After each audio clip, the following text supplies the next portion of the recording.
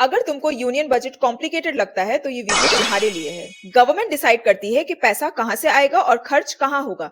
इसी प्लान को कहते हैं यूनियन बजट। अब बात करते हैं कि गवर्नमेंट के पास पैसा आता कहां से है। गवर्नमेंट के पास टू सोर्सेस ऑफ इनकम है। पहला, रेवेन्यू इनकम, ये रेगुलर इनकम होता है जैसे GST, corporate tax, income tax.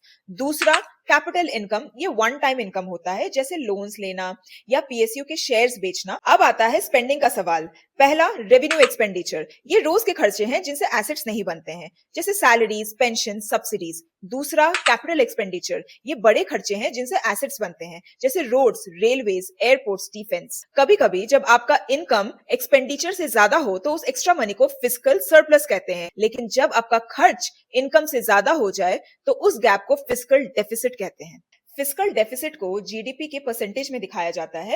GDP यानी ग्रॉस डोमेस्टिक प्रोडक्ट, जो कंट्री की अर्निंग पावर को डिफाइन करता है। कम डेफिसिट यानी स्ट्रॉन्गर इकोनॉमी।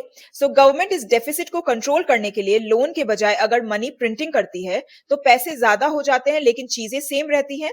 ज्यादा पैसे, सेम गुड्स, इससे बढ़ती है प्राइसेस और इससे आता है इन्फ्लेशन। इसीलिए एक अच्छा यूनियन बजट सिर्फ नंबर्स का गेम नहीं, बैलेंस का गेम होता है।